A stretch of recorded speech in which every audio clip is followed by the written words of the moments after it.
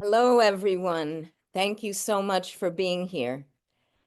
Today, we're here to share the extreme urgency of the Treaty on the Prohibition of Nuclear Weapons,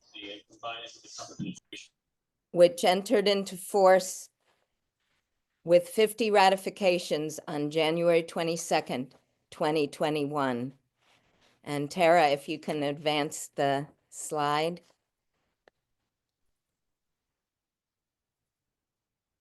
There we go. Thank you. While none of the nuclear powers have ratified the treaty, yet it has had important consequences, including what is known as the nuclear taboo. The efforts of many people, next slide, the efforts of many people went into the achievements of the treaty so far. With this presentation, we honor the intrepid and monumental efforts of Nihon Hidankyo, a collective of Japanese hibakusha, atomic bomb survivors, who received the Nobel Peace Prize in December 2024. The photos and art shared here are from the A-Bomb and Humanity, a set of panels produced for exhibition by members of Nihon Hidankyo and brought to us by Syracuse University professor Diane Grimes. Next. The horror of the bombing of Hiroshima and Nagasaki cannot be overstated. Of those who survived, many emerged as orphans and faced terrible hardship. It is those who were very young at the time who are still here to organize all these years later. Over 300,000 were killed by the bombing and radiation sickness. It took 11 years before the hibakusha gained freedom to assemble openly. In 1956, they were finally able to speak out. That's when they founded Nihon Hidankyo, a grassroots movement that became the largest and most widely representative hibakusha organization in Japan. They organized to build power with the goal of nuclear abolition. In introducing Nihon Hidankyo, Nobel Committee Representative Jürgen Watne-Friedness pointed out the civilization-ending potential and increasing danger. Nuclear powers are modernizing and upgrading our arsenals. Threats to use nuclear weapons in ongoing warfare are being made openly and repeatedly. And of course, note that modernization is a euphemism for building new weapons. Terumi Tanaka gave the Nobel acceptance speech for Nihon Hidankyo. He outlined their achievements, which you can watch out online, but referring to the wars and nuclear threats, he stated, "In addition to the civilian casualties, I am infinitely saddened and angered that the nuclear taboo threatens to be broken." Tanaka exhorts us that nuclear weapons and human life cannot coexist. He urges us all to become a force for change in the nuclear policies of our governments. It is with this determination of the hibakusha as our example that we will work for the treaty for the prohibition of nuclear weapons.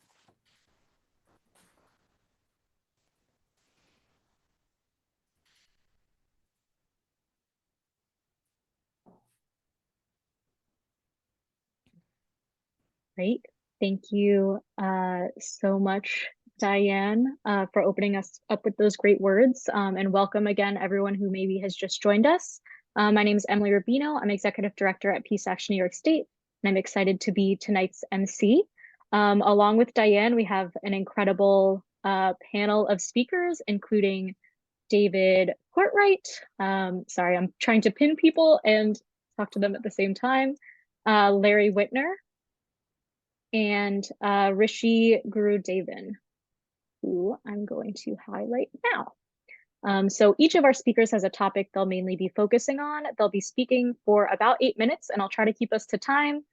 and let you know if we're going a little over. And then after each of them give their initial presentations, we'll open it up to Q&A. So if you have any questions, please wait until the Q&A portion and then put them in the chat so that we can filter through them. And yeah, with that, let's get started. First, I'd like to introduce David Courtwright, who's going to be talking about the nuclear weapon dangers of today. David Courtwright is the former executive director of SANE, which is Peace Action's predecessor, and was actively involved in the nuclear freeze movement of the 1980s, has written and edited more than 20 books, and is currently a visiting scholar at Cornell University. So David, please start us off. Well, thank you, Emily, and thank you, New York State Peace Action, for inviting me to participate. It feels like I'm coming home to the organization that I was with for many years, SANE and Peace Action now. And so it's a real pleasure to be with you. And thank you to all of you who are participating online. By your presence, you're showing an interest and an understanding of the threat we face and the need to take action. We gather at an ominous moment. A new arms race is underway and international tensions are rising. The US is upgrading its nuclear arsenal, producing new bombs and missiles, and rebuilding weapons delivery systems. East-West tensions are rising, and negotiated arms control agreements have largely collapsed. Russia has threatened repeatedly to use nuclear weapons in its war with Ukraine and has issued a new strategic doctrine that significantly lowers the threshold for using these weapons. China is becoming more bellicose and has enlarged its nuclear capabilities, although its projected arsenal of about 500 bombs is well below the levels of the US and Russian arsenals. North Korea now has about 40 or 50 nuclear weapons and has enhanced its ballistic missile capacity. India and Pakistan are continuing their nuclear buildup in South Asia. And Israel retains 90 deliverable nuclear bombs. These realities prompted UN Secretary General Guterres to warn recently that the risk of nuclear warfare is at its highest level in decades. And those of us who care about peace and human survival need to pay attention and to take action. At the heart of the US nuclear program is what the Pentagon euphemistically calls, Diane's right, it's a euphemism, so-called nuclear modernization. The spending of an estimated $1.7 trillion over a 30-year period to completely rebuild and upgrade the entire US nuclear weapons complex.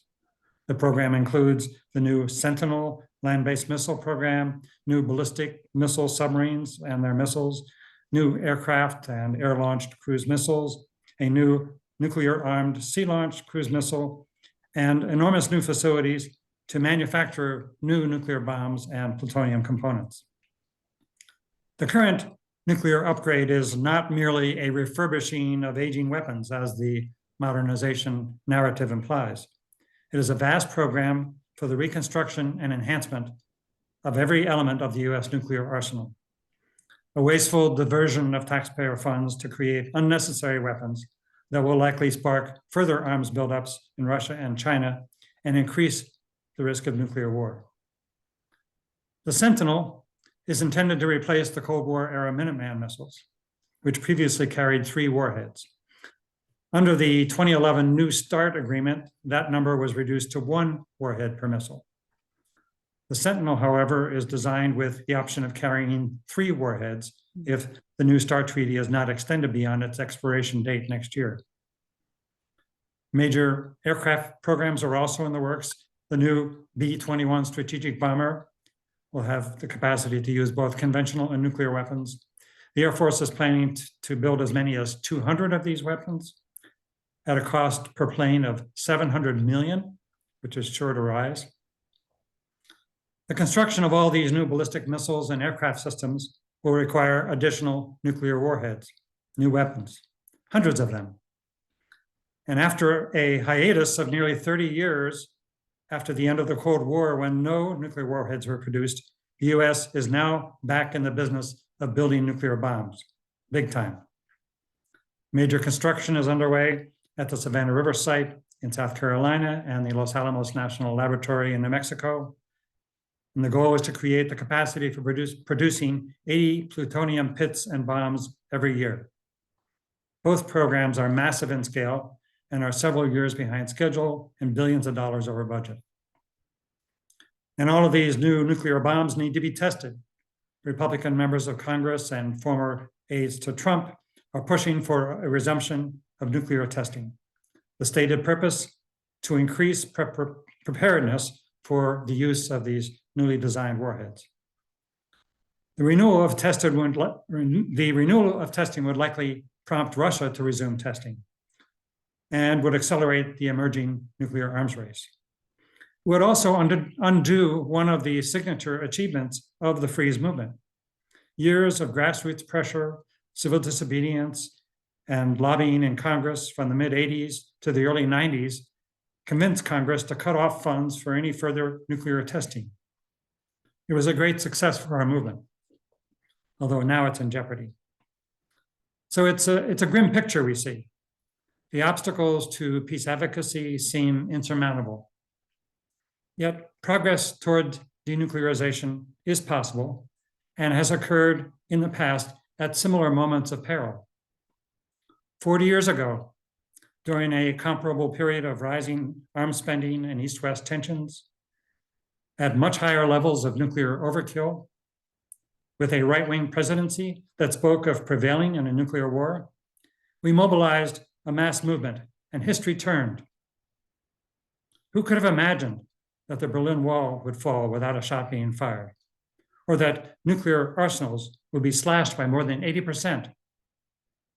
Transformational change is possible and often begins at the initiative of civil society.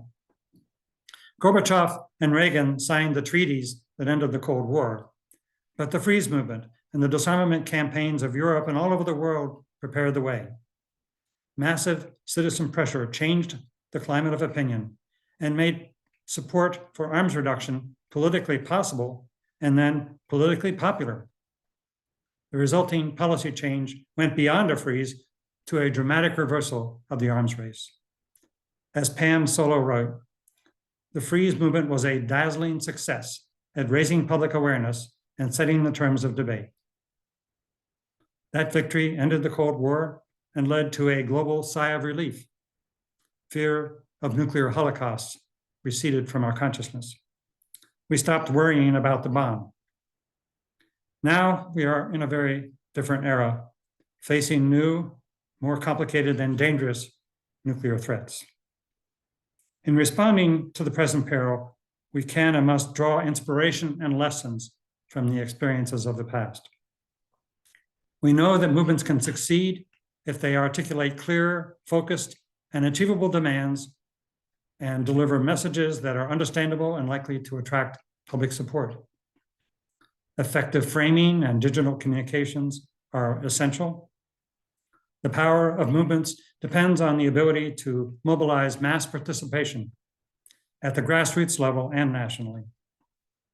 It also derives from the creation of broad and diverse coalitions and the ability to engage with political institutions.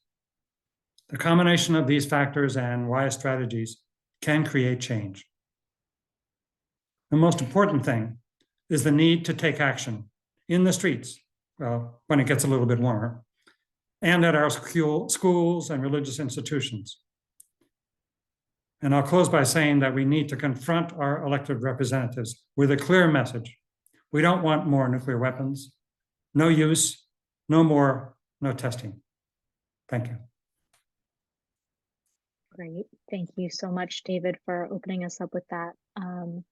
That's wonderful. And if you have questions for David, please save them for the Q&A portion. Next, I would like to reintroduce Diane Swords, our birthday girl, along with the birthday of the entry of force of the Treaty on the Prohibition of Nuclear Weapons. Diane's going to be talking a little bit about the Back from the Brink campaign.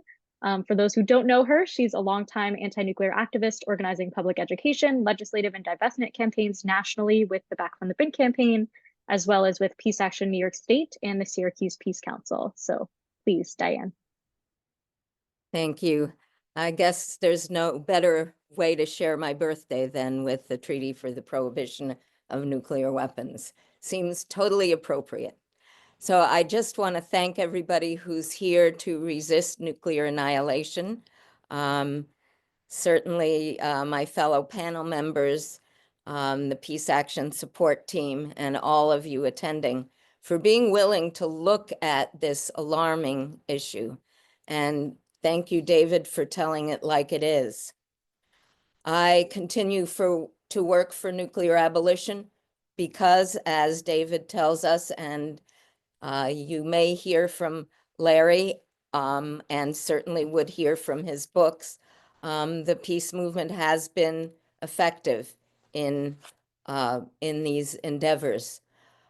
We recognize, though, the terrible odds that we face now, but in specific terms of Back from the Brink, whether or not we can pass legislation this year, we can build the movement and we can work on legislation to put it in place for the future. Professor, historian, and author Vincent Ntundi says, and I see he's on this Zoom, great to see you. I find hope in the work of long-established groups, and that would certainly include Peace Action and its background with SANE and the Freeze. And I find hope in younger anti-nuclear activists and the movement around the world to formally ban the bomb. And so I'm so glad to have Rishi here with Students for Nuclear Disarmament, and you'll hear from him very soon. So Back from the Brink is a coalition working for the abolition, for nuclear abolition, promoting 5 achievable demands that would greatly reduce the risk of nuclear war. Back from the Brink was started in 2017 by members of Physicians for Social Responsibility and the Union of Concerned Scientists. It's not a coincidence that that's the same year that the Treaty for the Prohibition of Nuclear Weapons passed in the United Nations 4 years ago today. A talk soon after one of the Back from the Brink founders at Cornell ignited a resurgence of anti-nuclear activism. And you folks on this webinar could also inspire your neighbors to believe in and work for a nuclear-free world. The policy solutions of Back from the Brink include steps the U.S. can take to immediately reduce the threat of intentional or accidental nuclear war while pursuing a verifiable time-bound agreement among nuclear-armed states to eliminate all nuclear arsenals, which is the Treaty for the Prohibition of Nuclear Weapons. And as we know, the U.S., like Britain, China, France, and Russia, is already obligated under Article 6 of the Nuclear Non-Proliferation Treaty to take concrete steps towards eliminating their nuclear arsenals. And as we know, they have not done so. So the 5 legislative issues were combined in the last congressional session as House Resolution 77. This resolution is now being updated for the new session. Representative McGovern of Massachusetts promises to introduce it very soon. The issues included here are to support the Treaty on the Prohibition of Nuclear Weapons, to back the no first use stance in our policy, to end the sole authority of a president to launch a nuclear strike.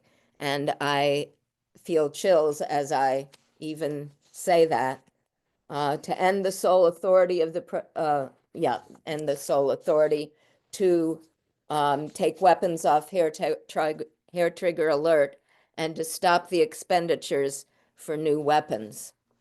And you can read about all of this on the Back from the Brink website at preventnuclearwar.org. We have no illusions that it will be easy, but we recently have local successes here in Syracuse, and these are similar to others around the country. And again, you can see endorsers in your area if you look on the website, preventnuclearwar.org. In Syracuse, we have 20 organizational endorsers, including community groups and congregations. And we're working for more. The mayor of Syracuse and Common Council have both endorsed, and some county and state legislators also. A state senator who had endorsed is now our new congressman. So we've already begun approaching him with the hope that he will continue to support us. So there are many ways that we encourage all of you to support these efforts. First of all, you can seek endorsements in your area, meet with organizations, religious groups, legislators, updating and showing our PowerPoint presentation about the campaign or creating your own.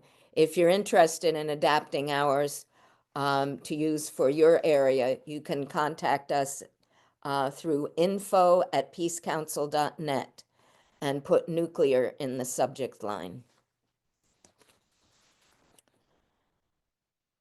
And secondly, work on legislative efforts. After endorsements, we urge legislators at all levels to participate in supporting our legislation. So as I mentioned last session of Congress, there was House Resolution 77, and we'll soon know what the name of the upcoming piece of legislation will be. While there has been pushback that nuclear weapons are not a local issue, Syracuse Mayor Walsh stated that endorsing back from the brink was a no-brainer. And he spoke of the importance to local communities. So I urge you to check and see if your local legislators have endorsed. Here are some other ways to increase our power. We can promote city resolutions. There are a number of these around the country already passed and a number being worked on now. Join, lead, or create a hub. There are many around the country. These are regional networks with the support of Back from the Brink. And I see a number of members of our upstate New York hub here. And we'll be working to get our senators to introduce a Back from the Brink resolution. And we provide support for one another's actions around the upstate area. Another thing that we encourage people on this call to do is to encourage your members of Congress to join the Nuclear Weapons and Arms Control Working Group. We are also preparing for the possibility that there will be efforts to resume nuclear testing. There's already preemptive work happening in Nevada. Share your own efforts and stay tuned. We encourage groups to send representatives to the meeting of states parties at the Treaty for the Prohibition of Nuclear Weapons at the UN, March 3rd through 9th. And I see my other colleague from Syracuse Peace Council, who is planning to go with me, who is on this call. And you can see preventnuclearwar.org for more information on that. We also encourage many ways of working with allied groups. One suggestion is to write sign-on letters with relevant groups, environmental, anti-poverty, racial justice, etc., noting how our issues are related. And finally, I just want to encourage you, music and art and other creativity really help to get people involved, especially in issues that are so difficult to think about. One of our leaders was excited about the idea of a flash mob. And as a friend reminds me, politics is downstream of culture. So thank you so much for listening, and let's work together on this. Great. Thank you, Diane, for that. So many ways to take action, and we will be following up. We've tried to put some stuff in the chat, but we can also follow up afterwards if you didn't get every step that Diane mentioned. So next, I would like to introduce Larry Whitner, who's going to be talking a little bit more about the TPNW, or Treaty on the Prohibition of Nuclear Weapons itself. Larry Whitner is a professor of history emeritus at SUNY Albany, a former president of the Peace History Society, a current board member of the Peace Action Fund of New York State, and the author of Confronting the Bomb and many other works on nuclear disarmament issues, as Diane referenced earlier. So with that, Larry, I'll turn it to you. Thank you. Will the world ever be free of the menace of nuclear annihilation? As David mentioned, there was a promising start along these lines during the late 20th century, when pressed by a powerful movement against nuclear weapons, the nations of the world adopted a succession of nuclear arms control and disarmament agreements. But the tide gradually turned during the final years of the 20th century and the first decades of the 21st. As international conflict heightened and the nuclear disarmament movement waned, the nuclear arms race resumed. Deeply disturbed by the slide toward disaster, the International Campaign for the Abolition of Nuclear Weapons, ICAN, comprised of hundreds of organizations, teamed up with the governments of many of the world's non-nuclear nations to foster a series of UN conferences focused on the catastrophic humanitarian consequences of nuclear war. Eventually, a UN conference with representatives from some 130 governments and dozens of civil society organizations met in March 2017 and began negotiations for a treaty outlawing nuclear weapons. In July of that year, the delegates adopted a treaty on the prohibition of nuclear weapons, TPNW, by a vote of 122 in favor, 1 opposed, and 1 abstaining. The treaty banned the use, threatened use, development, manufacture, acquisition, possession, stockpiling, stationing, and installation of nuclear weapons. Following its ratification by the requisite 50 nations, this landmark agreement went into force on January 22nd, 2021. A serious problem remained, though, for the 9 nuclear weapons nations, Russia, the United States, China, Britain, France, Israel, India, Pakistan, and North Korea, were determined to sabotage the TPNW. All of them boycotted the treaty negotiations, as did many of their allies. On the first day of negotiations, Nikki Haley, U.S. ambassador to the UN during the Trump presidency, hosted a press conference outside the negotiations room that sharply criticized pursuit of a treaty.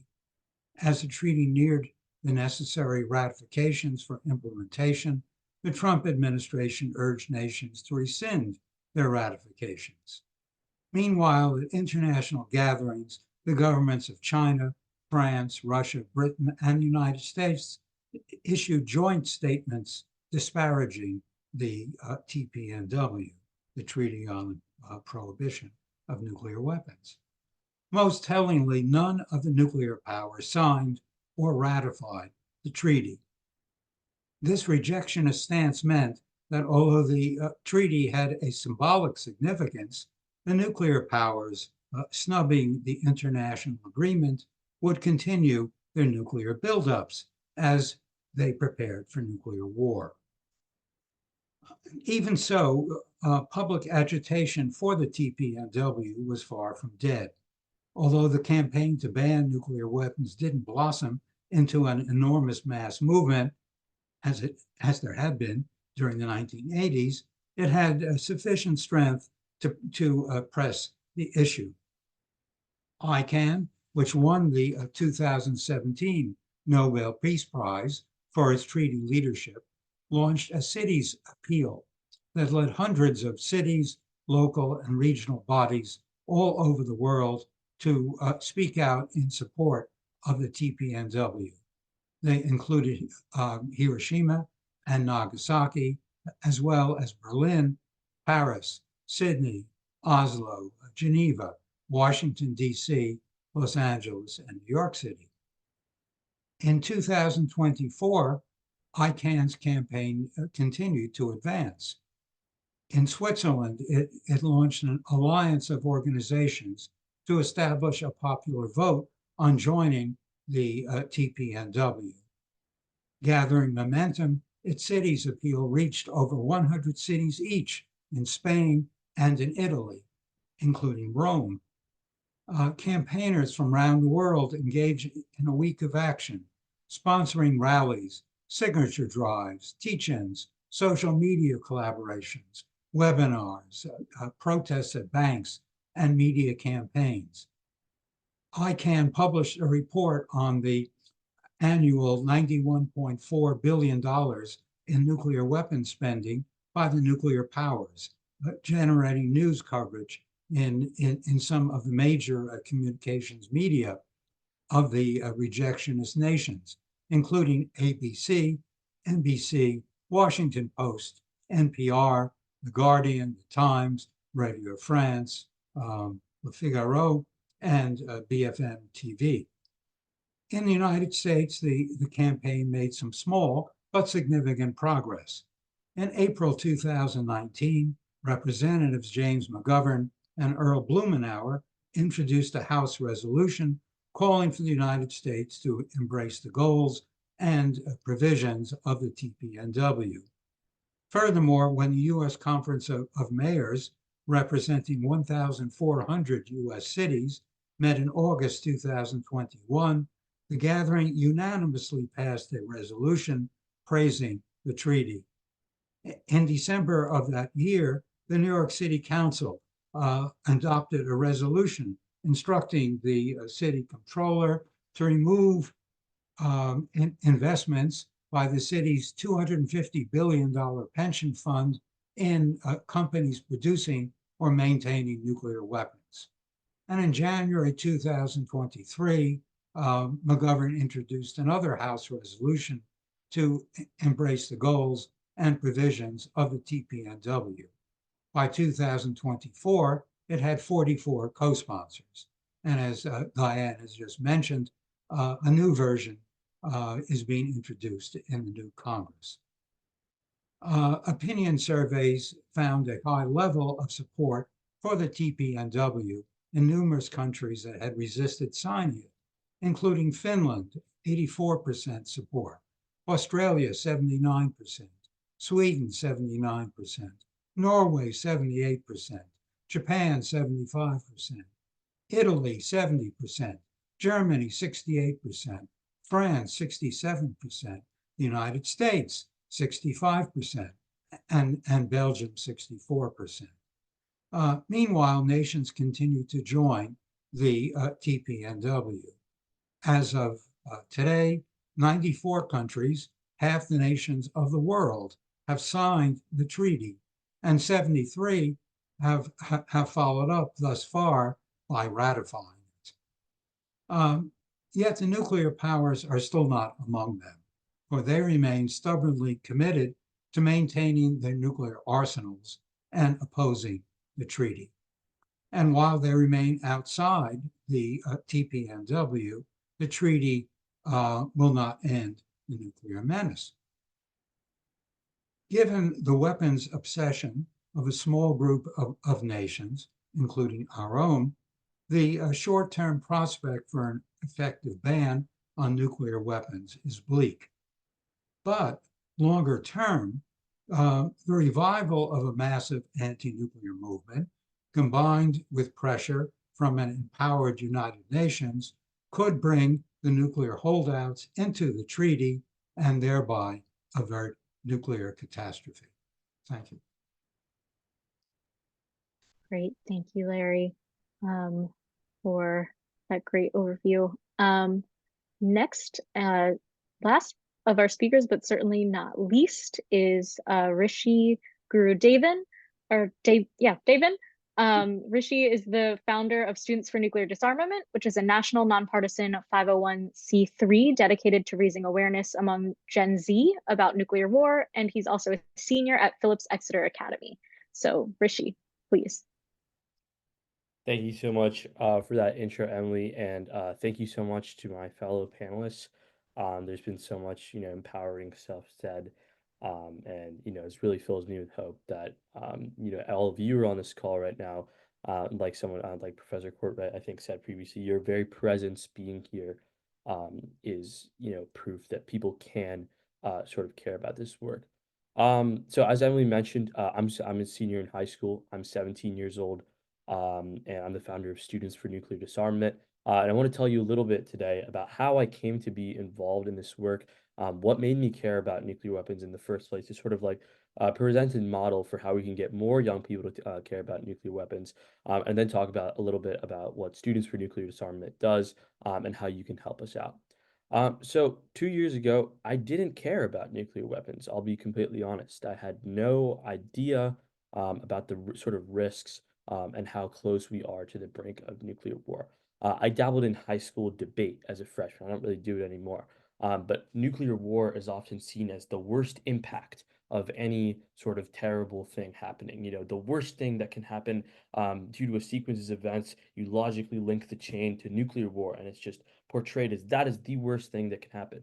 But no one really talks about what a nuclear war actually looks like, right?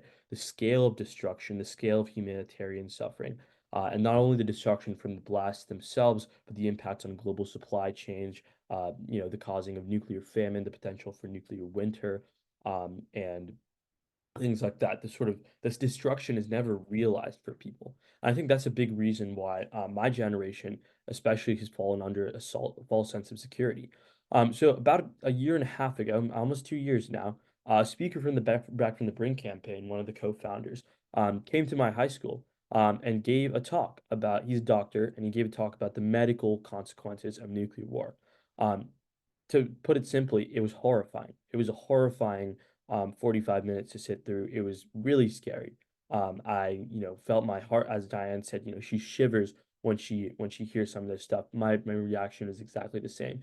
To hear about just one nuclear weapon being dropped over my home city of New York, and all the way to hearing about the full scale impacts of a nuclear war between Russia and the United States, which physicians estimate could yield 5 billion deaths. I was completely scared out of my mind. Um, but the speaker also talked about, as been mentioned before, how much of a human problem this is, how much that nuclear weapons are not a fact of nature. They're something that we humans created ourselves and equally have the capacity to dismantle and get rid of. As I think has been mentioned so far, at the peak of the Cold War, there were 80,000 nuclear warheads in the world, and now there are only 12,000. So we've definitely made a lot of progress on this issue, an issue that we've created for ourselves. At first, I didn't really know what to do with the information. I'd heard, about this campaign called the Back from the Brink campaign. There didn't seem at that time to be a large youth component to it. And I didn't really know what to do with all that information. So fast forward a few months, the capstone of our U.S. history curriculum at my school is a 20-page research paper. I know it sounds terrible, a 20-page research paper on any topic of our choosing. And it just so happens that we had a really vivid unit about the Cuban Missile Crisis, which is, one of the closest times, our close calls to the brink of nuclear war. And I was really inspired. I was really scared by that incident. And also inspired by that speaker who told me so much about nuclear weapons. And so I decided, as has been mentioned a couple of times, to research the nuclear freeze movement for my paper. And that really served as the inspiration for all the action that I do today. And I know we've talked about it a little bit already, so I won't, read out anything. But the thing that stood out to me most about the nuclear freeze movement is I'm based in a small town in New Hampshire right now. It's a town of about 5,000 people. And the nuclear freeze movement started in a town not too dissimilar from my own, the one that I go to school in. It started as a few New England towns declaring themselves nuclear weapons free zones. It built up from just a couple in Vermont and New Hampshire in Massachusetts, in Western Massachusetts, and then grew to a 1 million-person protest in Central Park, and resulted in, as I argued in that history paper, Reagan and Gorbachev signing the INF Treaty, which was the greatest nuclear arms reduction in the history of the world, and ended the Cold War. And it really demonstrated to me that young people, that a movement was in big part driven by students, really can make an impact. But we also see this principle today, which is what led me to found Students for Nuclear Disarmament.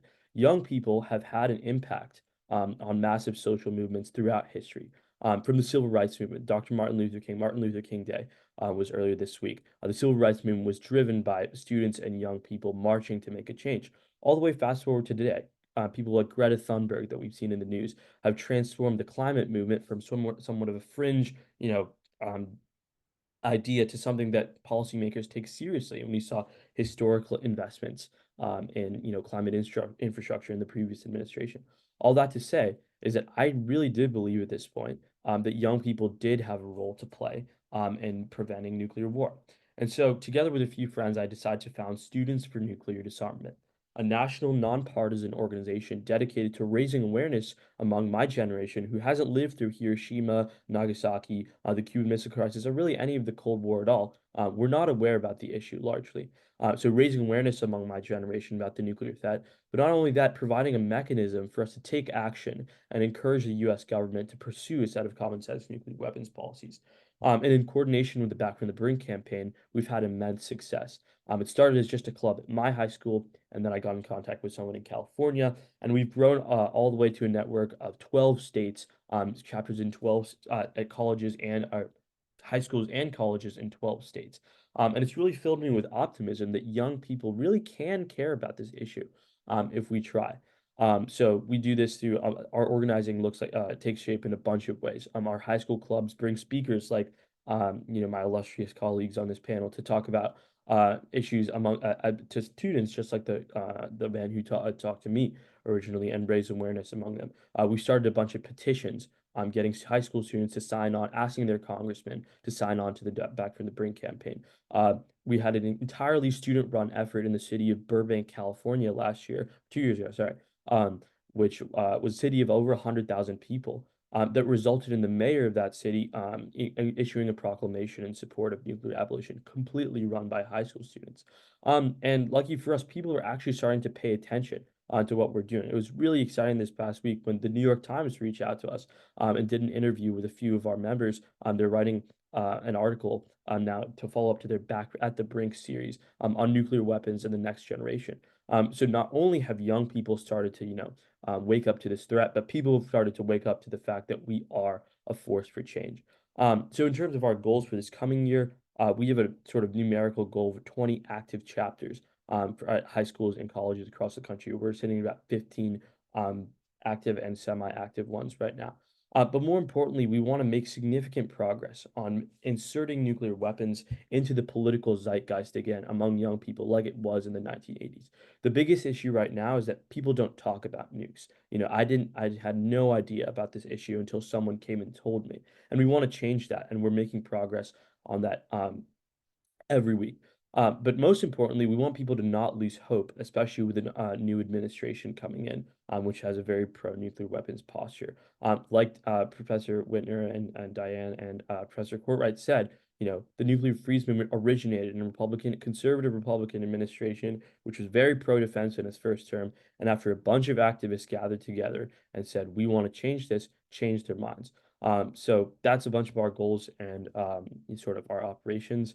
And I'd love to answer any questions later. But in terms of how students can specifically get involved, I'm going to paste a few links in the chat for you to get more information. The first is this membership form, which is super low commitment. So any student can just hop on our email list and receive weekly opportunities to get involved in anti-nuclear activism. And then in terms of if anyone's interested in on the call or knows any students who are interested in starting a chapter at their school, please reach out to us at students. I'm pasting this email in the chat as well.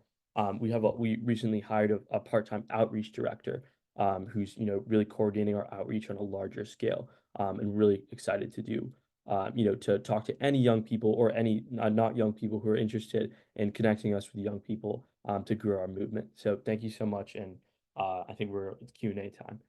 The student, yes, absolutely. Please do share the chapter, the sign up form to any avenues that you guys see fit. Great. Thank you so much, Rishi, for that great presentation. With that, we'll now turn to Q&A. So I'm seeing questions coming in already. And I'd like to thank you, Tara. I think Tara is helping me pin our speakers so we have everyone up on deck. I'm seeing the first question for you, Rishi. How many are in your group? It's exciting that young people are working on this very important issue. And thank you, we need you. So yeah, how many people? I think so. We've estimated recently a little over 100 volunteers in total across the country. Those are like ones who've registered with us officially. But in terms of like our reach in general, I think it's in the thousands in terms of total like social media impressions.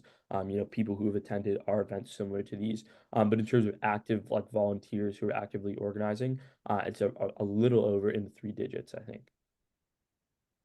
That's incredible. Thank you for sharing those numbers. We love to hear it, and hope you get to those 20 chapters this year. The next question is, and sorry folks, it's a little hard to read and moderate at the same time, but this is a question from James Wagner, or Jim. This question's for you, David Courtwright. Given the rapid deterioration in the global nuclear arms control regime, in February 2026, isn't a global nuclear freeze our best chance at this point? There's a lot more to it in the chat, but I'll start with that, and you can read the rest of the background if you need in the chat. But global nuclear freeze, what do you think? Yes, I think it's an idea. Several of us have been talking about it, but I think in terms of the global arms reduction regime falling apart, the big priority is to try to extend, if possible, renegotiate and strengthen the New START treaty. And that deadline for expiration is next year. So it's a little over 12 months from now, I believe. So that's the big priority on arms control structures. I think a global freeze campaign of some sort might make sense. I mean, there's several of us have been talking about it. Like I said at the end of my remarks, just say no more nuclear weapons, no more testing, no use, and try to see if this kind of a concept could catch on and begin to attract support from not only many of us as activists, but others in the broader society. I do think it's important, though, to hold on to the vision of the TPNW. I think the Back from the Brink program is comprehensive and important to include as we campaign on any specific goal. But yeah, I think history can't be repeated exactly, but the freeze was this kind of simple idea, and people latched onto it, and it really catalyzed a lot of action. I remember it saying that our board of directors did not like the freeze because we wanted to be campaigning for complete nuclear disarmament. But we worked on it nonetheless and still tried to keep with the disarmament agenda and other issues that we were dealing with. So the freeze became a kind of a vehicle that everybody could use and everybody sort of benefited from. So, and it doesn't need to be a big campaign. And in fact, the freeze campaign, as you remember, was not a big organization. And the office was called a clearinghouse, and the staff was just a few people. And it was this incredible grassroots network in many states and hundreds of communities. And it got together once a year to try to set priorities. But so I think not competing with good groups like Back from the Brink and the Arms Control Association and ICANN and other groups is important. But perhaps some kind of a vehicle to work together on a specific appeal might be a worthwhile thing. I mean, for that to happen, we need lots of people on the discussion, maybe have a larger in-person meeting. I recall that when the freeze began, there was a meeting that Randall Forsberg, our initiator, convened at Georgetown University.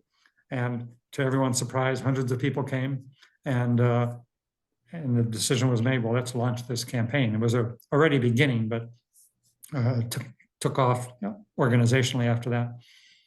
But yeah, I think it's worth discussing, but doing it, as I say, a process that has Back from the Brink at the center of it, because I think they're one of the strongest groups for the best grassroots a network and the hubs, as Diane was mentioning, but can also think about what are some near-term kinds of goals and initiatives that might build broader support.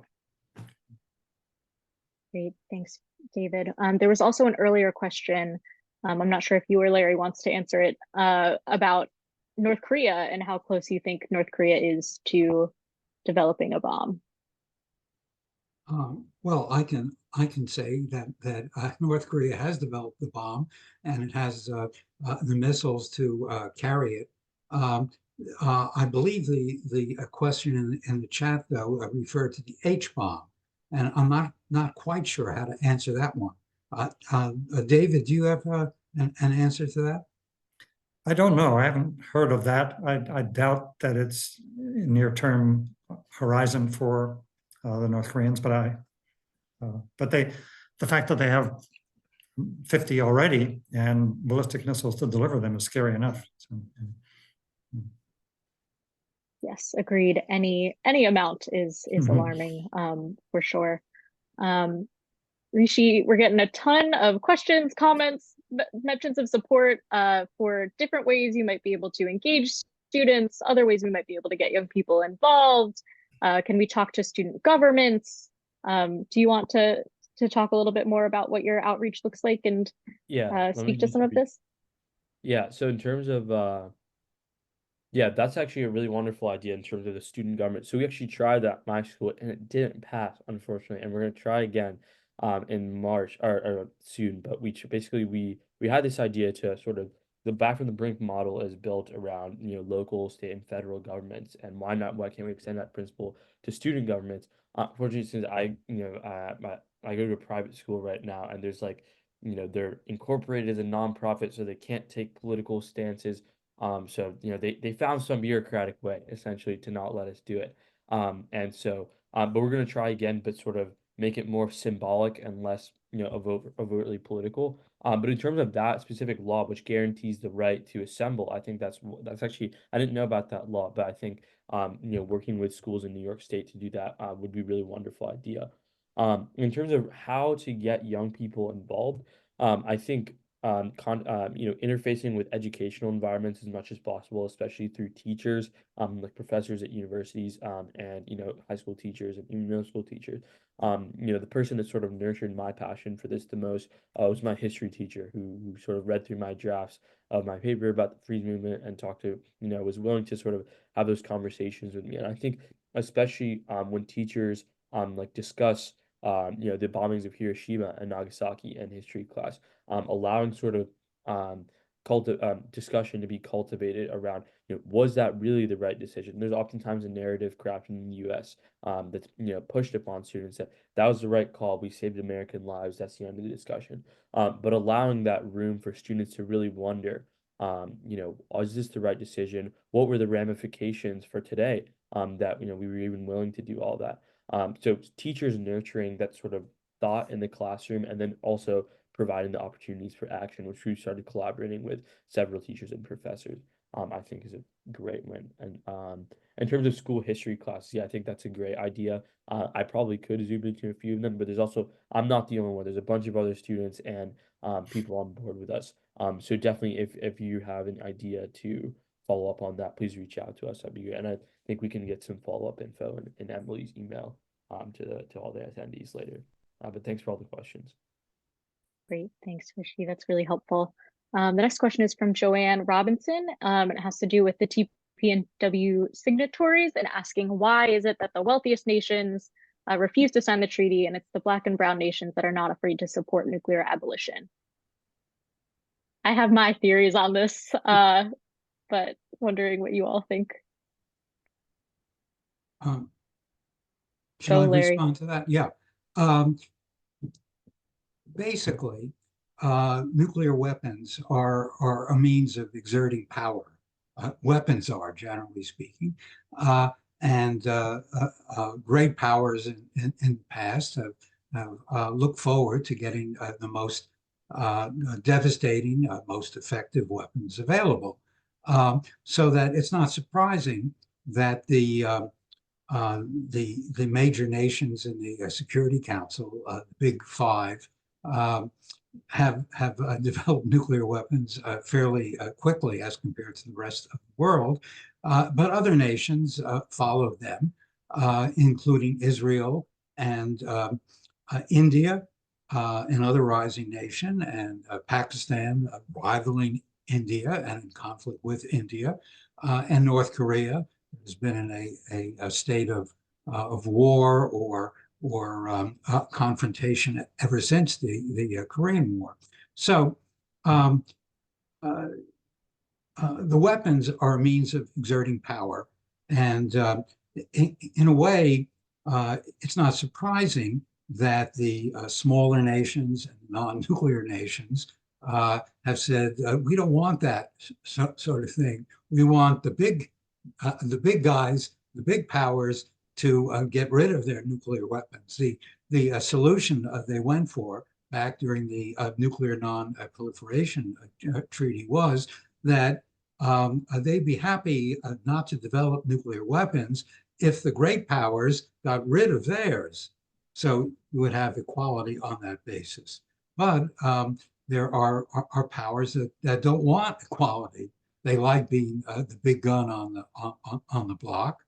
And unfortunately, they're just the ones who are not willing to put it down. Thank you, Larry. David, Diane, Rishi, anyone else want to weigh in on this? Well, I would just briefly add that, any kind of privilege that's held, those with great privilege will hang on to it with any means they can. And of course, it's absurd because we all go if the weapons are used, but they can be held over people's heads. So the question is how long that can be maintained. And I think the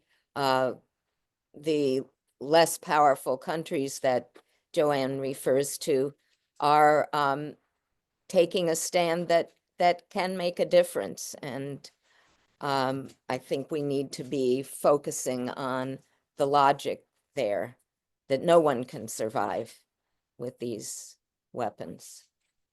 Yeah, I would just add to that. I agree that the smaller states can play a role, the middle powers, as they're called in the UN framework, and in the various other policy issues and human rights and other kinds of issues at the UN, and also even the very beginning of the process for the TPNW came out of the middle power states. And the more they can organize and increase their number, and then have processes to keep the issue on the agenda, it can gradually, I think, have an influence. And that's, I think, what's the strategy for pushing the TPNW at the international level. I guess I would also just add that in the same way that the less powerful nations, as David says, if they work together, can have some influence, I feel that's the case with us in our organizations. And we need to hold on to that and keep working to expand our influence and our reach and the logic behind it. Great. Thank you, Diane. There's been a few questions and comments in the chat related to nuclear deterrence and what do we say to people who are still very much subscribe to the theory of nuclear deterrence, like Congressmember Claudia Tenney, for instance. Who would like to start? Oh, sorry, go ahead. No, I was just going to ask who would like to start, and Rishi, it's you. Okay. Yeah, I actually encountered this sort of a lot in terms of not from a very like elevated like international relations like theoretical perspective, but in terms of just like talking to young people on a daily basis. Like people are scared of our adversaries. I think it's important not to sort of deny the very logic of the or completely deny that deterrence as a concept worked. For example, we have what I often sort of tell people is like we have laws, right? To prevent people from robbing banks, we have laws that deter them from doing that by saying you will go to jail if you rob a bank. But it doesn't work when the deterrence is genocidal weapons that can not only explode on purpose, but accidentally explode, due to people who are not perfectly rational operating and things like that. There's so many issues with just human beings that get scaled up greatly when we're talking about billions of deaths. People aren't perfect in terms of like knowing what's a threat and what's not. There have been so many close calls throughout history that I'm sure Professor Whitner and Corey can elaborate on that I've read about. But also, we don't elect perfect people who make perfect decisions, as we saw this year, right? That sort of the general concept of deterring someone from doing something works, but I think the rhetoric that's really effective is the risk that comes along with this deterrence structure completely outweighs the benefit that we get, especially for Americans in terms of, if we're purely looking at like a national security for, I want to keep America, as most safe, but if you want to, separate, nuclear militarism and other types of militarism, our conventional, warfare is quite strong. Our conventional strength is quite strong compared to the rest of the world, but there's sort of unnecessary risk. I tell a lot of people that sort of we put on ourselves by, with nuclear deterrence.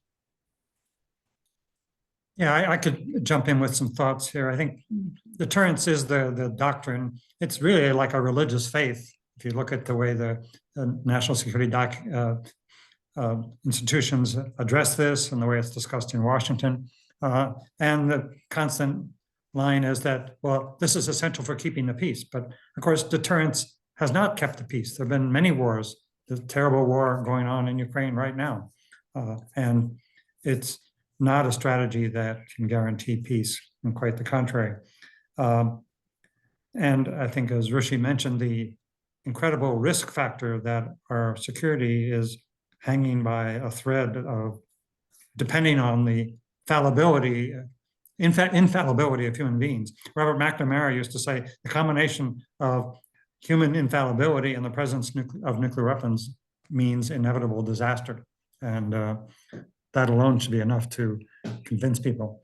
But just to go a little bit further, even if you're accepting the basic deterrence of international security theory, you don't need a whole lot of weapons to deter another country. I mean, this is the idea there was minimum deterrence.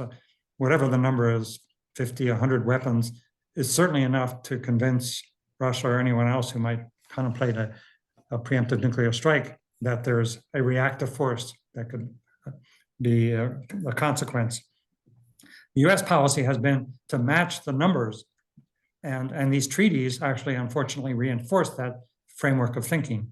And I've seen discussions lately that the US needs to match not only Russia, but also China and build up our weapons to that level. And so there's a lot of, I think, dangerous thinking that's part of that. And then the last point, I think Rishi's observation is exactly right about, conventional military posture and the overall strength of nations. Russia has displayed its weaknesses in what it's doing in Ukraine. And while people in Poland and the states in Eastern Europe are rightly very worried about they may be next, they are preparing defenses and civilian defenses and various means to protect themselves if Russia should attack. So there's a lot of ways to protect against potential aggressors without having to build thousands of nuclear weapons. And moving down in the nuclear weapons structure and less reliance on nuclear weapons could potentially open the door to more cooperative processes, because the fundamental weakness of deterrence is it's a fear and threat-based posture. And we need to be trying to move the international system toward means of cooperation and finding peacemaking strategies and conflict reduction strategies. And there are many of these, but they get obscured and they don't come into the discussion when the conversation is focused on a deterrence framework. Thank you, David. I've seen Vincent and Tondi writing a lot of really great stuff in the chat to add to the conversation. And I wonder, Vincent, if you raise your hand, I can add you to the spotlight so you can maybe elaborate. I don't want to put you on the spot if you don't want to. I can't see you right now, but. Yeah, no, okay. It's fine. Is there something in particular you want me to hit on, or? Maybe elaborate what you were talking about in the chat about how this isn't working and how countries are saying we're not deterred, like the US and Russia being like their actions are not deterring us Yeah, I mean, when it deterrence is comes to such a deterrence. silly argument or a silly thing. I think it's easier than you think to kind of put a pin in it when you realize the US is running around saying we won't be deterred by anything Russia does. So if there's threats of nuclear weapons and Russia saying we won't be deterred by the United States, well, then how can you say deterrence works, right?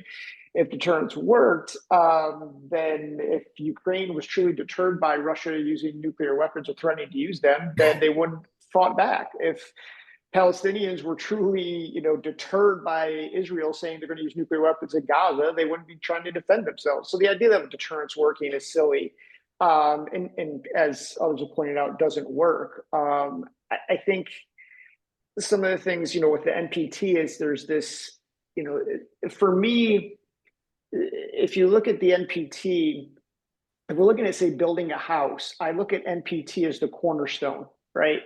And I look at the TPNW as the capstone. There's a lot of floors we got to build in between, right? But that should be where we're trying to get to.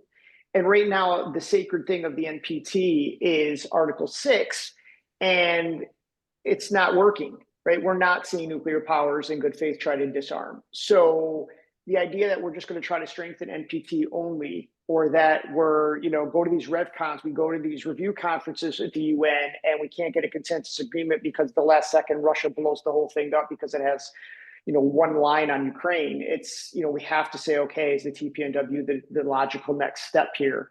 And what does that mean? We are seeing countries in NATO kind of buck the US and observe, now the TPNW. So we're seeing Germany, we're seeing Australia, we're seeing certain countries now at least saying we're willing to observe, we're willing to take a look here at TPNW, which is the first step. You have to think about the landmine treaties, right? We have to think about treaties like that didn't happen overnight, but we did achieve them and eliminated millions of mines that were destroying people. So, that's kind of how I look at the TPNW. It was very interesting being in Africa recently and discussing all this at a conference, because one thing that was fascinating to me is the issue of blood minerals. They really hold the key, especially when it comes to cobalt and what China's doing over there with trying to get all the cobalt out.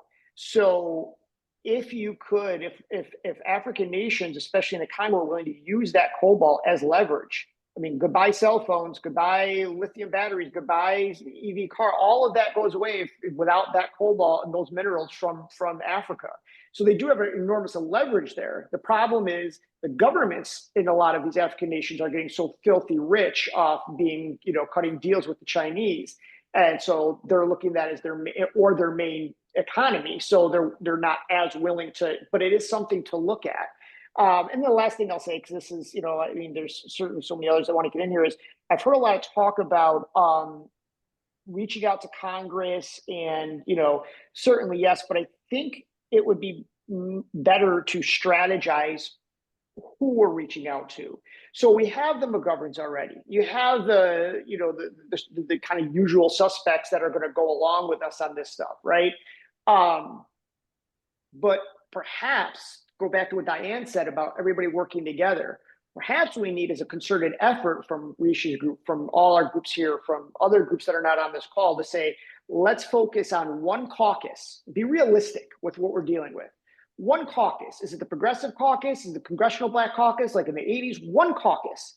And say everybody's going to use their energy to flip that caucus in, say, 2 years to now completely back whatever it is, disarmament and freeze initiative, whatever that case is, instead of trying to just pick one off here, one off there, and try to go with that one concentrated caucus, meeting constantly with their staffers, bird dogging their events, campaigning for, but that one caucus. And I think that might be, it had better success than just trying to randomly get a senator here, a congressman there, and see what happens. But yeah, I'll leave it there. So obviously others can jump in. Yeah, I think that strategy is really interesting. I just think it would be effective sort of paired, because I don't think it's random per se, but there's certain effects that one's constituents coming to you and saying, hey, we are paying tax dollars, our tax dollars. For example, like, we weren't successful yet, But we petitioned Congressman Chris Pappas, who's in our district, and we said, hey, we talked to you about a lot of different things. You come to our, public schools, you talk, to your communities, but you're not willing to talk about this. And, and we showed him a graph, and we sent him a graph of like our tax dollars, like breaking them down, where they could be going. And sort of, I think there's a certain effect that one's constituents going after their own congressman has. But I definitely agree with you as well that sort of a more concerted effort, at least at the national level, towards certain groups could be really effective. If I could jump in on that point, Rishi and Vincent, I think the lobbying that is most effective from my experience is the grassroots lobbying. Members of Congress are more likely to move when they see their own constituency and their own voters raising hell on the issues. And it's actually easier if you get 100 people organized in the local community around them and start to get into the press and make the congressperson respond, you can begin to generate some momentum.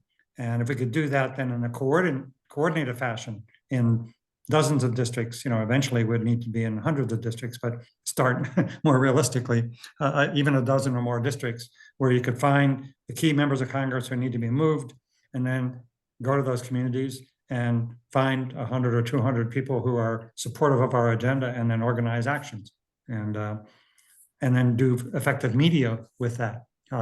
It can begin to move the needle, and it starts to put the issue on the agenda. Let me suggest a slightly larger version of that, or at least expand that somewhat. It seems to me the TPNW, insofar as it's gotten somewhere, is a reflection of activity at the grassroots, but also at the top. That is, there was an effort to work through the UN and establish this treaty there. It's a UN treaty, and it's driven, not by the major powers, but by the smaller powers around the world, in combination with grassroots civil society movements. And it seems to me that the major job is to continue that kind of coalition. That is, and the UN's vital in two respects. One, in respect of containing nation states that are outlaw nations, basically, that are willing to use nuclear weapons, that are willing to do things that the vast majority of humankind and other nations don't want them to do. So you need some kind of international institution that is going to restrain them in some way and enforce nuclear disarmament. And at the same time, you're going to need the international institution to deal with the motor force of the nuclear arms race, and that's international conflict, right? The weapons grow out of wars, and the wars grow out of conflicts among nation states, right? So you're going to need a UN that can work to prevent wars. So both in terms of the weapons and in terms of the wars, we need a stronger United Nations. And it seems to me that stronger UN, if it's teamed up with massive grassroots movements, can do the job for us. Great, thank you, Larry, and everyone for contributing on that question. Thank you, Vincent, for jumping on and sharing with us. I'm going to move us on to our next question, which is from Jerry Moss, and it's about the arrival of Donald Trump and his policies. Will they lead to a buildup of nuclear weapons of other countries, thus increasing the nuclear threat? And what can be done to kind of counteract this perhaps heightened threat we might see under a Trump administration?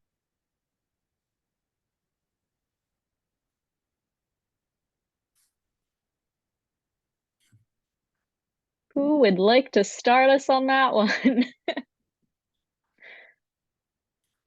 Well, I'll say something really brief on that, which is Yeah, we're probably going to see an increase of nuclear weapons with Trump, or want to, and then will that trigger others to want to do that? There is an irony here, which is, when whites are carrying guns in this country, it's fine. There's no gun legislation anywhere. When the Black Panther Party started carrying guns, they passed a Mulford bill in California in about 4 seconds to disarm anybody black carrying a gun. So if you really want to go down this road and say we're going to increase now nuclear weapons around the world, imagine what would happen if the opposite of what we want happens and every African nation, Central and South American nation said, all right, we're going to go get our own nuclear arsenals right now. How fast nuclear weapons things would happen and disarmament movements would happen, because the last thing they want is a bomb in black hands, right? So it could have the opposite effect if you just start now a new nuclear arms race and other countries say, oh, we're going to go ahead and do this too now. I think my biggest fear in terms of that is South Korea and Japan kind of putting their differences aside and not feeling protected, and then going and building their own nuclear arsenals, and what that looks like then when we're talking about Asia. That's something that is really fearful for me. Yeah, it's really hard to predict, obviously, with Trump on everything. And he did build up nuclear spending in his first term. A lot of his advisors are really super hawks. So I think we could see a further increase. And if there is no New START extension, then a lot of programs around the bombers and the sea launch cruise missiles and others will be accelerated, so that there would be, we're already on a trajectory toward increasing nuclear capacities. And then the question is, will we go over the numbers that are the limits within the New START treaty? And if that comes, then we'll certainly see an acceleration of building of these weapons all across the board. How will Russia and China and others respond? Impossible to say. But I think China is certainly fearing threats from the US to some extent. There are other factors that enter into their calculations. So if they see the US becoming more aggressive, then I think the trajectory of China's buildup would be accelerated, perhaps. Great, thank you. I see, Donald, is your hand up? Can you hear me? Yeah. Oh, I'm Don Lathrop, and I just want to add something, particularly in line with Rishi's comments, reaching people and having them know. I was 11 years old when Hiroshima and Nagasaki were bombed, so I remember that quite well. But most people who aren't 91, as I will be next week, don't remember such things. And so we've had many students live with us. I taught at Berkshire Community College in Pittsfield for 40 years plus. And one of the people who lived with us was a Japanese woman. And she got to speaking all around as far as New York and Boston and so on. And so we went with her 10 times to Japan to find people who would volunteer and come over here and talk. And we found hosts for all of them. There was 57 volunteers came over about a 25-year period. And they talked 11,845 times to over 370,000 people. So that program came and died, after it just, we had a little harder to find people to interview because the jobs were scarce in Japan as they weren't to begin with. So anyhow, I would just say we have a brochure that explains what we did, and anybody would like a copy, you get to see ways volunteers were applied in talking in different places, what the kinds of things they said, and the kind of interviews they had in Japan before they came with survivors. And so if anybody wants, I can send it to the organizer of this group, my email, and we can send you a brochure about that, and you can maybe find a way of, we need to educate more people about the horrors of Hiroshima and Nagasaki, and that's what this is all about. Perhaps I've talked too long, I hope not. Thank you for sharing that, Don. That's very important work. And yes, of course, as the Hibakusha are getting ever older with the 80th anniversary this year. There's less folks around to be able to share those kind of direct accounts. So it's very moving and powerful that you're able to do that work. And I'm sure those kind of testimonies would really help with reaching students as well. There was a question earlier about kind of the connection between nuclear power and nuclear weapons. It was a little technical, but I think the broad theme is important to address. So Diane, did you want to talk about this a little? Well, I would just, I would begin the conversation, but I really want to hear what other people are thinking about it, because I think far too often people treat nuclear power as if it's a completely separate thing. But I think the concern that that nuclear power also provides materials that can be used in making nuclear weapons. I mean, the whole NPT, I think, was extremely flawed because it said people shouldn't develop nuclear weapons, but then it gave them the materials to do so by giving nuclear power. And now in the US, some people are promoting nuclear power when I think it's just putting nuclear weapons in making them much more available and creating materials that are dangerous in and of themselves, as well as that can be used for bombs. But I'd certainly be interested in what the other panelists think as well. Helen Caldicott once said, maybe more than once, that every nuclear power plant is a bomb factory. Yes.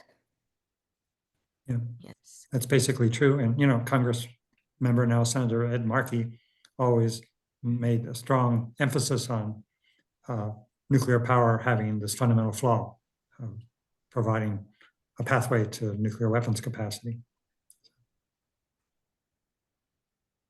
Sharing. Rishi, do you want to jump in on that? Have you encountered this kind of question about nuclear power in your work with Students for Disarmament? Yeah, we mostly try to focus ourselves as a single issue group. So there's a lot of big arguments about that, but I think as much common ground as we can find on the weapons is good to preserve that. So I'll just say that. Great, thank you. And I saw a lot of questions in the chat about lobbying specific Congress people, especially in New York. So if you're interested in lobbying, please reach out. We're always happy to help put a delegation together. I find that, as was mentioned earlier, grassroots lobbying with constituents is very powerful, but it never hurts to bring in a few expert voices to help lend legitimacy. And I know the speakers on this call, and perhaps they or their colleagues could join us as well. So if you're interested in lobbying or want more information on how to do that, we can also send information about that after the call, but feel free to email us at info@panys.org or through many other groups, but had to give that plug while we're here. We have just about 4 minutes left before we say we would close. So I want to make sure I can give each of our panelists a moment to say some closing words and thoughts. But thank you so much, everyone, for being here, for being so insightful and respectful in the chat, and for having such a great conversation with us. So maybe in the order that we originally spoke, if folks would like to say some closing thoughts. So that means I think we're starting with you, David. Okay. Well, thank you. This has been a great conversation. I'm impressed that a good number of people have stayed with us all the way through. So I'm encouraged that there is a commitment and interest in doing something about this issue. And there's so much activity underway, really. If you think about the collective, the sum of the total of all the different anti-nuclear disarmament-oriented groups, there's a lot. So the challenge is for us to stay in conversation and find ways in which we can work in harmony. And if we could harness the collective energy and support that we have across the country, we could begin to make a difference. So. Great, thank you, David. And next I'll pass it to Diane. Thank you so much. I think there was so much insightful material from the rest of the panel, and I so appreciate Emily's leadership here and Tara behind the scenes. And I want to say one thing that I didn't mention and I didn't hear, well, maybe somebody mentioned the 80th anniversary of the bombing of Hiroshima and Nagasaki. And I would suggest that that's a way to come together nationally, whatever specific things we're working on to bring together all of these issues and bring attention, because it's a big anniversary, and I think the media will pay attention. I think our legislators will pay attention, and hopefully we can use that to unify our voices. Thanks, Diane. Larry? Thank you. If nuclear weapons continue in the hands of nations, it's almost inevitable that at some point they will be used in war, a war that will destroy most life on Earth. But human beings have faced the threat of nuclear annihilation before and have averted it with worldwide action. They can do so again by mobilizing an international campaign for nuclear disarmament that, as I'd mentioned, coupled with a stronger United Nations, can compel the nuclear powers to halt their race to disaster by signing the Treaty on the Prohibition of Nuclear Weapons. Thank you, Larry. And Rishi? Yeah, I just want to thank all my fellow panelists again for their time and all you guys for coming. I guess my final note would be just sort of just leaving with a note of optimism, I guess, about young people.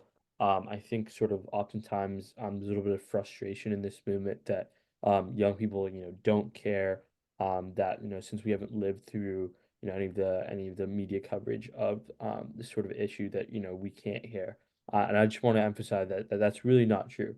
And as I've been filled with so much hope and optimism that, we can do something about it, my generation. It's just the issues of awareness, not of capability. And I think, if we focus on really getting the message out to young communities, I think I want to highlight what Diane said before, actually, is in, at the very beginning, she talked about like manifestations of nuclear weapons and things like art and media. I was really excited at first when the Oppenheimer movie was released last year, because I thought it'd be a big sort of way to get people, thinking about nuclear weapons. And the actual content of the movie, as of course, did not really focus on the consequences of the development of the bomb, but there's still a little bit. But I can tell you I'm in touch with a producer right now who's working on a mini series. Hopefully he's pitching it to major studios about nuclear weapons, like a dramatic sort of Netflix type thing. And I think, any sort of avenues we can have to like get nuclear weapons into the media, into, get it into conversation with people, particularly about young people. I think there's a lot of capacity for change really quickly, in fact. So thank you everyone so much for coming. Great, thank you, Rishi. And thank you again to all of our great panelists tonight. If you have any resources, or Diane, if you've got PowerPoints or anything like that you want us to send out to all of the folks that joined us tonight or registered for this webinar, please send them to me. I can make sure they end up in the follow-up email. This was being recorded, so we'll have the recording hopefully up tomorrow morning, and we'll share it around. But thanks so much again, everyone, for joining us. I think it's more important than ever, something we always say, but somehow reality always gets a little bit more grim. But really, I think more important than ever that we all stay in community with each other and make sure that we're organizing together and across our issue areas. So I appreciate you all for taking the time tonight on the 4th anniversary of the TPNW's entry into force to be with us. And happy birthday again to the TPNW and to Diane. Have a great night, everyone. Thank you. Thank you. Great job.